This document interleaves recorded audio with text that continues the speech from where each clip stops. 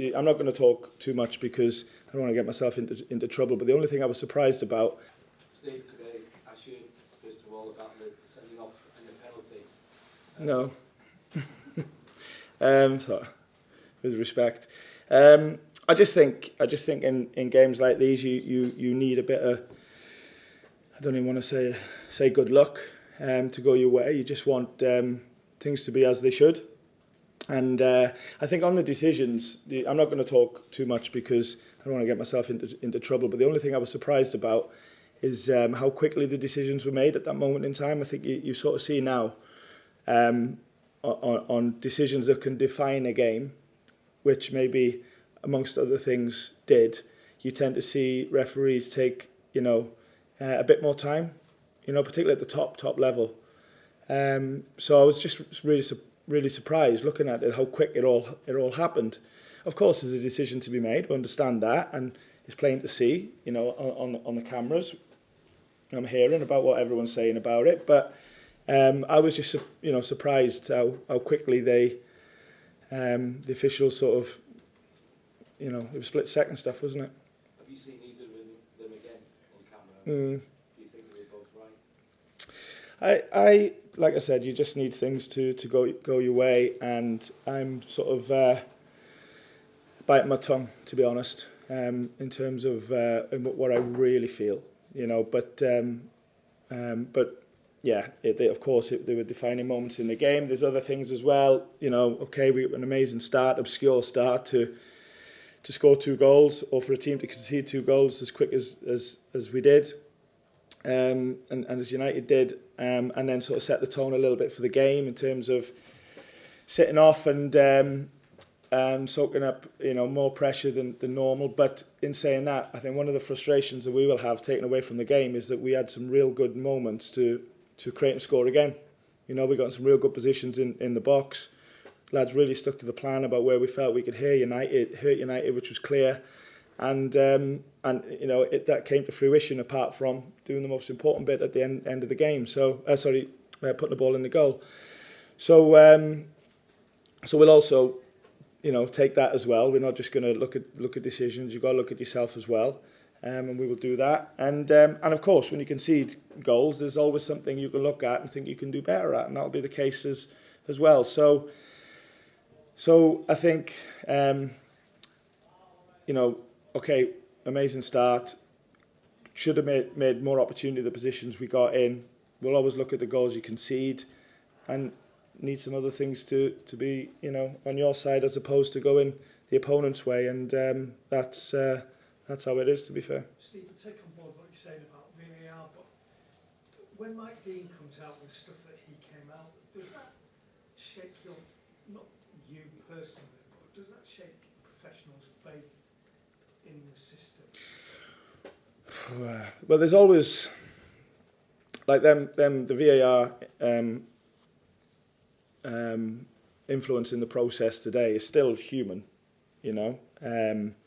so it's it's not a factual thing. It's still an opinion, and it's still like I said, an observation, and that will always be the case. But yeah, it was interesting to hear that, and that's all I thought when I heard it was, yeah, you're still relying on humans like players, like managers. We're all trying to do our best just to perform, to perform well, and that's whether it's VAR now, whether it's on the pitch officiating, and there's always going to be sort of influence, I guess, but that's for players, for coaches, for everything. It's just human nature, I guess. Steve, that chance right at the end of the half-time, just going to the top corner. Yeah. That was a big moment. Yeah, massive moment. Yeah, and that's what I'm saying. Okay, everybody's talking to me about the decisions and how things should have been different, and all your colleagues downstairs behind the cameras are telling me everything. But I've got to look at also the moments, the positions we got ourselves in the box, and moments like that, where we could have done a little bit better, So we're never ever going to be happy with losing a game.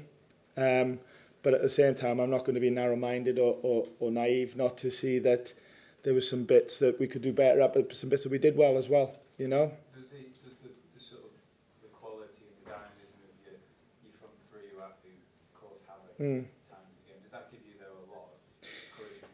Yeah, I mean we've got a guy who's scoring goals for us at the moment. There's no doubt about that. And not only is he scoring, he's training really well, and he's always applied himself really well. But he really is putting the full sort of preparation and performance package together at the moment with the goals that he's getting.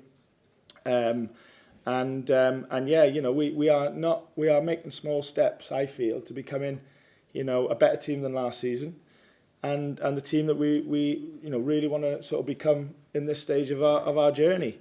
For sure, you know, it's another loss away from home, and I'm bringing that up for you guys because we need. I've said before, we need to continue to own that until we change it, which we're trying. But I also know there's some of the losses last year, I think the performance matched them. The two losses so far, apart from the first half at Arsenal, I didn't love us to be fair, but I felt there was large parts of performances that were progress. But I go back to, we still got nothing from the game, and that's what we've got to try and do. Mark, there was no RL today. Is he injured? Yeah, he picked. Yeah, Scott, I'm not too sure. He felt his hamstring. Orell, picked up a knock in a couple of days ago in training. So a little bit unfortunate. Normal, I guess, in terms of injuries that can happen, and something that we'll deal with accordingly. Who? Orell won't. Orell shouldn't be too long. I'm not sure whether he plays in the games before. Which is the international break now, but you know, if he doesn't, then he won't be too long after that, I don't think. But hopefully he does. Lots of interest in Brennan Johnson. Do you have any kind of gut feeling about whether that'll be his last appearance in a Forest shirt? No, I think that, like I said, Brennan's for me a top young player, who had some great moments today in the first half. Showed his real quality on a big stage, and. There's naturally going to be, as you said, talk and interest, speculation, whatever it may be. I can only say what I said to you a few days ago, is that my focus is just on him day to day and getting him ready helping him get ready for the next games, trying to get the best out of him in training and the analysis side and etc. etc. And if until I get told that something will be different with any of the players, that's what we'll do. So it's not something I've really thought about, to be honest.